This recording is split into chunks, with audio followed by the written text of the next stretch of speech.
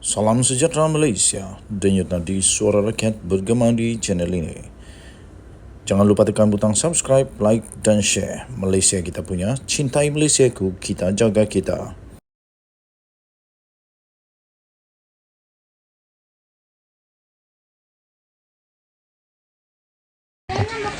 Salam sejahtera Malaysia, denyut nadi suara rakyat bergema di channel ini. Berita terkini daripada Sultan Ibrahim, Sultan Johor. Berita yang pasti mengejutkan, Sanusi PAS dan Muhyiddin Yassin. Dipetik daripada sinarharian.com.my bertarikh 27 Ogos 2023 4:04 petang. Sultan Ibrahim titah beri Anwar lebih masa membangunkan ekonomi. Berita penuh. Shah Alam, Sultan Johor Sultan Ibrahim almarhum Sultan Iskandar bertitah supaya lebih banyak masa diberikan kepada Perdana Menteri Malaysia Datuk Seri Anwar Ibrahim untuk beliau dapat membangunkan ekonomi negara. Memetik laporan media The Star, Sultan Ibrahim bertitah ia berikutan masalah krisis kewangan yang didepani oleh kerajaan perpaduan pimpinan Anwar Ibrahim pada ketika ini adalah amat mencabar. Titah baginda, Anwar hanya menyedari kesulitan kewangan kerajaan selepas memegang jawatan. Saya percaya beliau memerlukan lebih banyak masa. Demikian titah daripada Baginda Sultan Johor pada Sabtu. Selain itu, Baginda turut melahirkan rasa lega kerana lawatan rasmi Anwar ke China pada awal tahun ini telah berjaya untuk mendapat membawa kembali banyak hasil positif kepada pertumbuhan ekonomi negara. Delegasi lawatan yang bermula pada 29 Mac hingga 1 April itu menyaksikan Malaysia memperolehi komitmen pelaburan sebanyak 170 bilion ringgit Malaysia daripada negara China.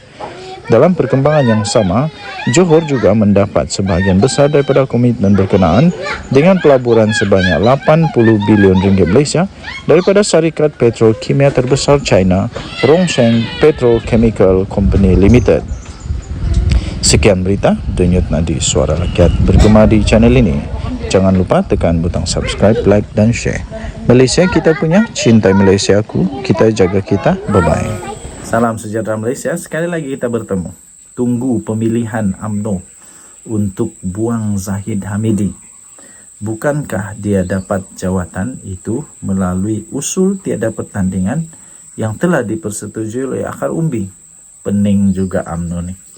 Dulu dipersetujui oleh akar umbi, kononnya supaya UMNO kuat, tak ada perpecahan, iaitu usul tiada pertandingan yang dipersetujui untuk presiden dan timbalan presiden. Tup-tap bila BN kalah teruk, sekarang kata akar umbi pula dia nak letak jawatan kah? Aduh, daripada sabudin.com.net 19 Ogos 2023. Tunggu pemilihan UMNO untuk buang Zahid Hamidi. Bukankah dia dapat jawatan melalui usul tiada pertandingan yang disetujui oleh akar umbi? Berikutan prestasi buruk UMNO pada PRN 6 negeri baru-baru ini melantun-lantun desakan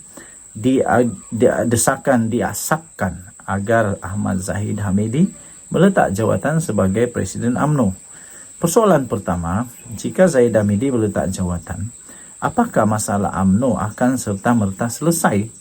Dan ia selepas itu terus mampu pula mencapai keputusan gemilang pada PRU 16 akan datang? Ini persoalan besar.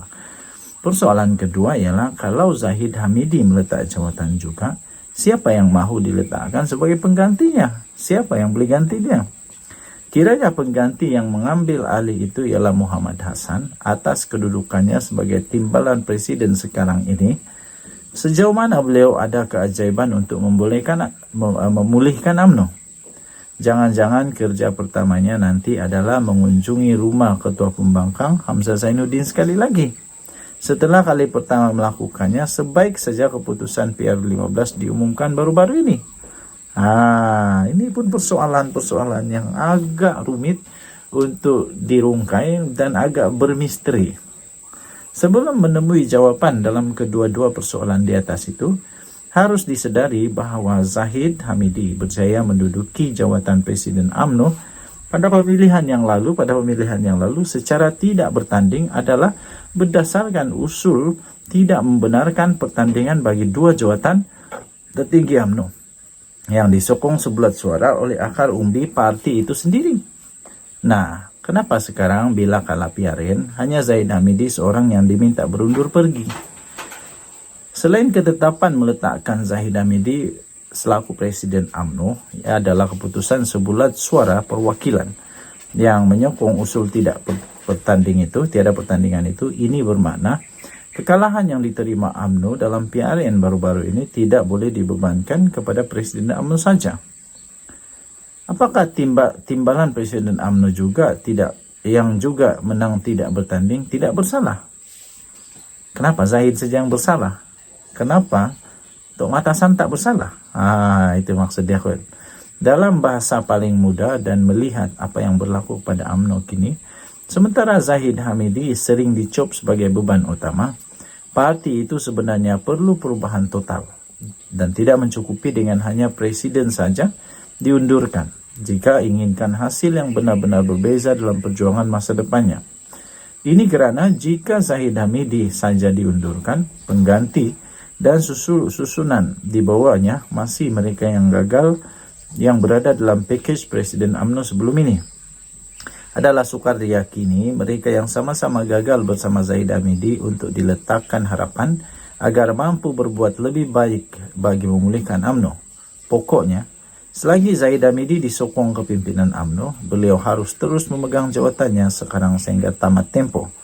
Satu-satunya cara, jika semua orang mahu merubah UMNO dan membuang Zahid Hamidi, kepimpinan sedia ada mestilah meletakkan jawatan dengan segera secara beramai-ramai agar satu pemilihan kepimpinan baru dapat diadakan. Kemudian, mereka yang berada dalam kelompok kepimpinan tidak harus lagi menawarkan diri untuk bertanding apa-apa jawatan. Sebaliknya, mesti turut berundur mengiringi pemergian Zahid Hamidi. Hanya dengan itu, barulah wajah UMNO dapat dijelmakan dengan kepimpinan baru yang segar, serta mereka juga mempunyai masa yang mencukupi untuk memulihkan keyakinan rakyat menjelang PRU 16 yang dijangka diadakan pada tahun 2027 akan datang. Tetapi siapa dalam kepimpinan UMNO yang sedia berbuat demikian?